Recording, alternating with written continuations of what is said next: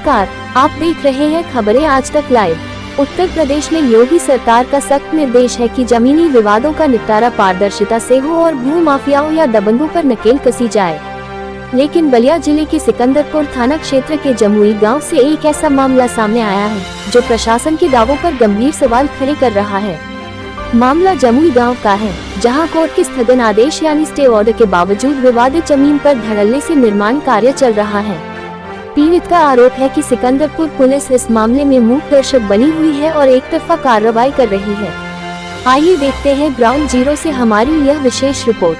कानून का खौफ जब खत्म हो जाए तो न्याय की उम्मीदें दम तोड़ने लगती हैं। ये तस्वीरें बलिया जिले के सिकंदरपुर थाना क्षेत्र के जमुई गांव की हैं। इस जमीन पर आपको जो निर्माण कार्य दिख रहा है वह कानूनी तौर पर पूरी तरह अवैध है। जी हाँ, इस विवादित जमीन पर न्यायालय का स्थगन आदेश यानी स्टे ऑर्डर लागू है।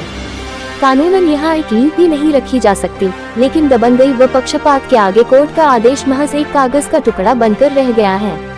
पीड़ित परिवार का आरोप है कि उन्होंने अपनी जमीन को बचाने के लिए हर दरवाजा खटखटाया, लेकिन न्याय मिलना तो दूर, सिकंदरपुर पुलिस व प्रशासन उल्टे उनके खिलाफ ही एक तरफा कार्रवाई करने में जुटी है।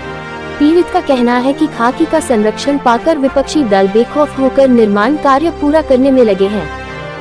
मेरा नाम संदीप कुमार है। मैं ग्राम पोस्ट जमुई, तहसील सिकंदरपुर, थाना सिकंदरपुर का मूल निवासी। समस्या ये है कि स्थगन आदेश है। मैं अपने भूमि पर स्थगन आदेश लिया हूँ। वो विपक्षी सुदामा के जो जितने पुत्र हैं, गौतम यादव, विश्राम यादव और पृथ्वीनाथ यादव, जबरदस्ती हमारे जमीन पर कब्जा कर रहे हैं।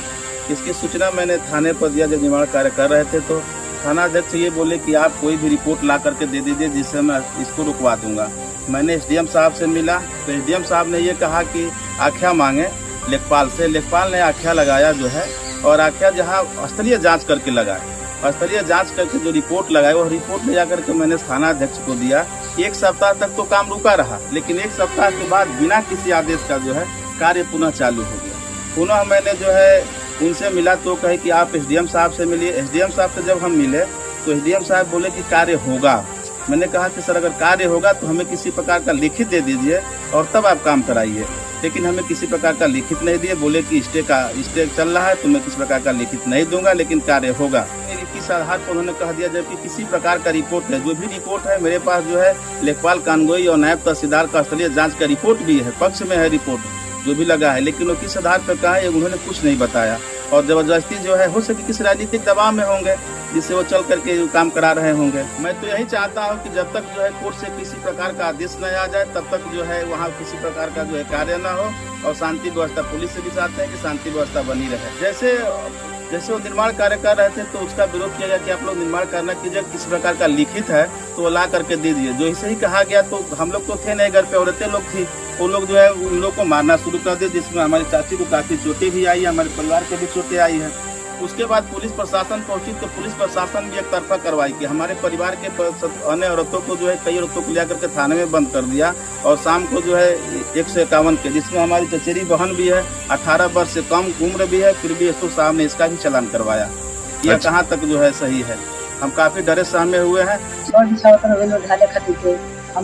रोके बोले हमारे गाय घींच के छत मारे लगे, लड़ते लड़ते गौतम यादव रहुआ, पृथ्वी यादव रहुआ, विश्राम यादव रहुआ, वर्मा यादव रहुआ, रमेश यादव रहुआ, अंकित यादव रहुआ, सब मिल के उनके मार के चढ़ाई दी। मामला सिर्फ पुलिस तक ही सीमित नहीं है। पीड़ित न्याय की आस में तहसील से लेकर थाने तक की चक्कर काट कर थक चुका है। हैरानी की बात यह है कि तहसील के आला अधिकारियों ने मौके पर पहुंचकर स्थलीय निरीक्षण भी किया, लेकिन इस जमीनी हकीकत को देखने के बावजूद अधिकारी अब तक कोई ठोस और न्यायसंगत फैसला नहीं ले पाए हैं। अधिकारियों की यह सुस्ती किसी बड़े हादसे को दावत दे रही है। आपको बता दें कि यह विवाद सिर्फ कागजों तक सीमित नहीं है। इस जमीनी विवाद को लेकर दोनों पक्षों में 30 मई दिन रविवार को हिंसक भिड़ंत हो चुकी है। गांव में तनाव का माहौल है और आशंका जताई जा रही है कि अगर प्रशासन ने समय रहते कोर्ट के आदेश का पालन नहीं कराया तो यहाँ कभी भी कोई बड़ी अप्रिय घटना घट सकती है। अब सवाल यह उठता है कि जब देश की अदालत ने उस जमीन पर यथास्थिति बनाए रखने का आदेश दिया है तो आखिर किसके शव पर वहाँ निर्माण कार्य जारी है? क्या सिकंदरपुर पुलिस और तहसील के अधिकारी किसी बड़े बवाल का इंतजार कर रहे हैं? उम्मीद है कि बलिया के उच्च अधिकारी इस मामले का संज्ञान लेंगे और पीड़ित परिवार को न्याय दिलाते हुए कोर्ट के आदेश की अवमानना करने वालों पर सख्त कार्रवाई करेंगे। ताज़ा खबरों की अपडेट पाने के लिए चैनल को फॉलो व सब्सक्राइब जरूर करें। अन्य खबरों के लिए देखते रहे खबरें आज तक लाइव।